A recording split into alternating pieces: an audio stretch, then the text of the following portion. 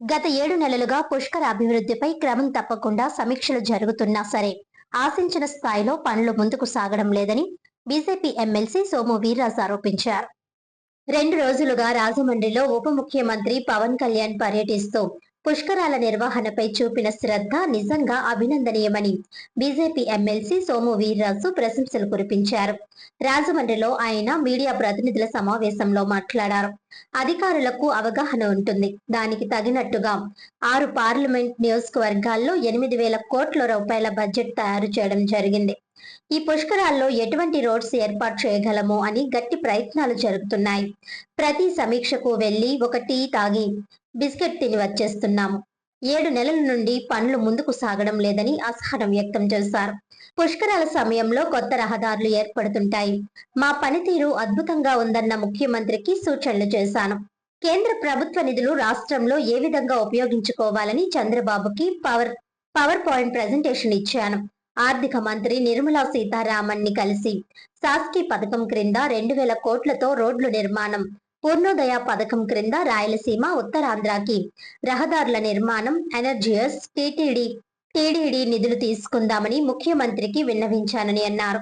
1,600 కోట్లు డిపిఆర్ తయారు చేసి కేంద్ర ప్రభుత్వానికి ప్రతిపాదనలు పంపిస్తే 400 కోట్లకి 100 కోట్లు మంజూరు చేశారని అన్నారు. పవన్ కళ్యాణ్ ఆవేదనకి పరిష్కార మార్గం ఉందన్నారు. డెడికేటెడ్ తో ఛానల్ నిర్మించడమే శాశ్వత పరిష్కారమని విశ్లేషించారు. పేపర్ మిల్ వైఖరి ఎలా ఉందంటే లాకౌట్ పెట్టే స్థాయికి వెళ్లిపోయారని ఆయన విచారం వ్యక్తం చేశారు. ప్రధాని మోదీ 12వ సంవత్సరం పాలన పూర్తి చేసుకున్న సందర్భంగా ఒక కమిటీ వేశారు. ఒక కొత్త శకం ప్రారంభమైందన్నారు. అమరావతి రాజధానికి 5,000 కోట్లు మంజూరు చేసిందని చెప్పారు. 40% ఆక్వా రాష్ట్రంలో ఉంది.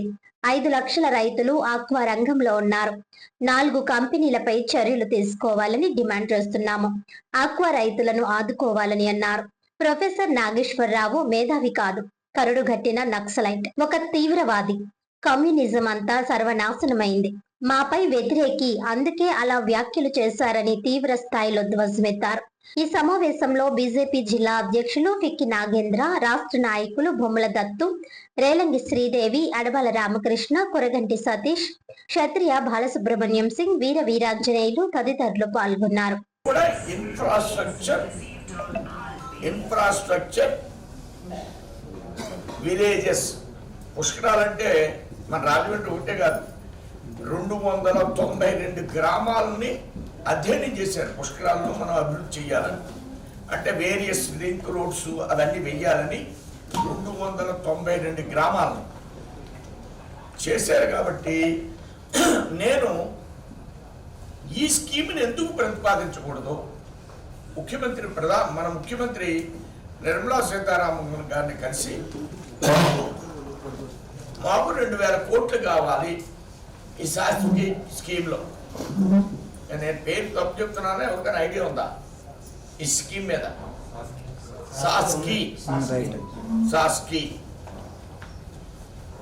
ఇదే కాకుండా పూర్వోదయ, ఈ శాస్కీ అనేది గ్రామాల్లో రోడ్లు అభివృద్ధి చేయమని, పూర్వోదయ అనే దానికి 13,000 కోట్ల రూపాయలు ఎస్టిమేట్ చేశారు గవర్నమెంట్ ఆఫ్ ఆంధ్రప్రదేశ్. ఇది ఏం పెట్టారు పూర్వోదయలో?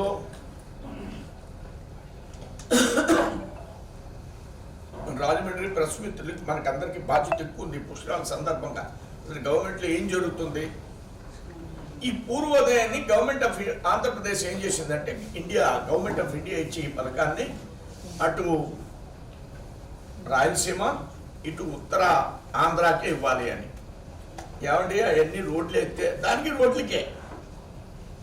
రోడ్లు వేస్తే పోవండి, మావి రోడ్లు వేస్తే ప్రతి సంవత్సరం పోద్ది.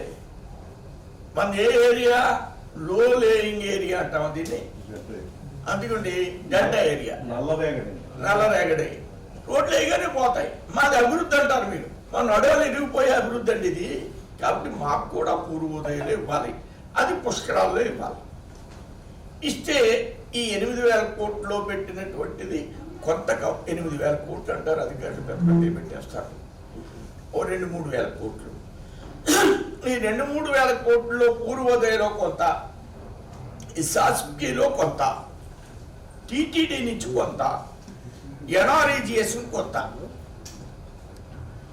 అంటే ఎన్ఆర్ఈజిఎస్ మన జిల్లాకి ఓ 3-4 వేల కోట్లు ఖర్చు పెడతారు. మన పవన్ కళ్యాణ్ గారు రోడ్లు వేయమని రాష్ట్ర వ్యాప్తంగా వేరే స్కీమ్స్కి, అంటే ఉపాధి హామీ దానికి ఇచ్చేదానికి కూలీలు కాకుండా మనం ఈ విధంగా ఖర్చు పెడతాం. ఈ ఖర్చు పెట్టే 2-3 వేల కోట్లలో 3,000 కోట్లు మనకు ఒక 500 కోట్లు ఇస్తే చాలు కదా.